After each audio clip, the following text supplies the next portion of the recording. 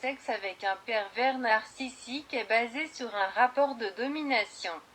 Manipulateur, il veut vous imposer ce qu'il veut et ses fantasmes.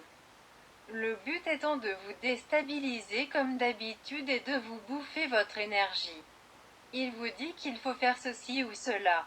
En plein rapport sexuel, il peut vous faire des remarques critiques sur votre façon de faire pour vous faire comprendre que vous êtes vraiment nul et qu'il ou elle se fait chier.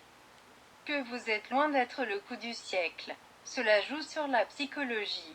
Votre manque de confiance en vous ne fait que s'accroître et vous doutez de vous-même. Vous avez envie de donner le meilleur et surtout votre amour, mais vous avez l'impression qu'il manque quelque chose lors des rapports sexuels avec le ou la pervers narcissique. Peut-être qu'au début de la relation tout se passait bien. La rapace est capable de vous faire croire qu'elle est passionnée.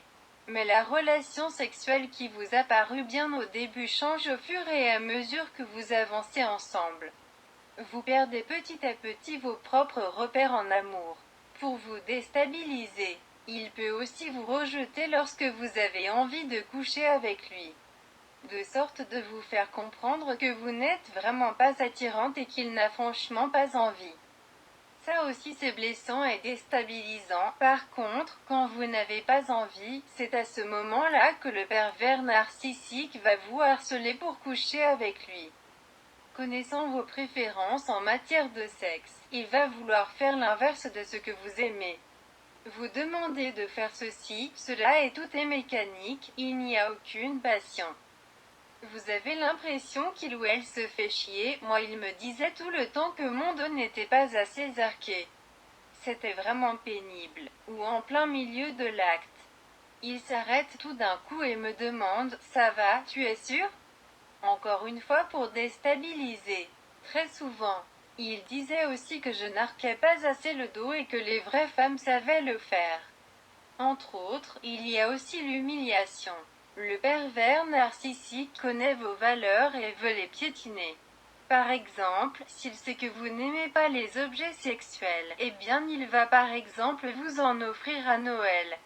Il sera alors heureux de voir votre mine déçue. Moi, il m'a offert des gottes à Noël et il était heureux car il savait que ça allait me décevoir. C'était une façon de m'humilier, je n'en ai pas voulu. Il s'amusait alors à les faire traîneur en évidence dans mes affaires quand il savait qu'il y avait des gens qui allaient passer. Tout ça pour vous dire que le pervers narcissique cherche à détruire tout de vous.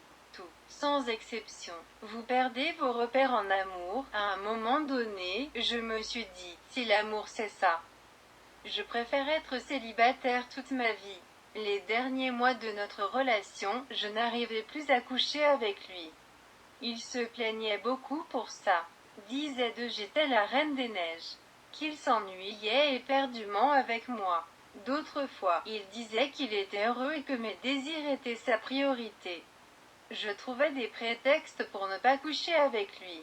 Le sexe me dégoûtait. Je n'avais plus envie de revivre en permanence le même scénario. Le sexe pour lui était une façon de plus pour me prendre mon énergie et me dominer. Le sexe avec lui était vide sans saveur.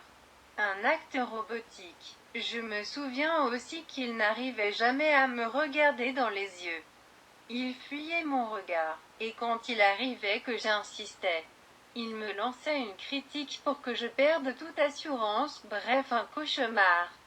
L'amour, le vrai est plus beau que ça. L'acte sexuel est un acte d'échange énergétique et d'amour. Encore une fois, je le répéterai jamais assez, si vous êtes toujours en relation avec un ou une pervers narcissique, fuyez sans plus attendre. Ne vous inquiétez pas, l'amour le vrai n'attend que ça. Il vous attend au tournant. Vous méritez mieux, bon courage, à bientôt.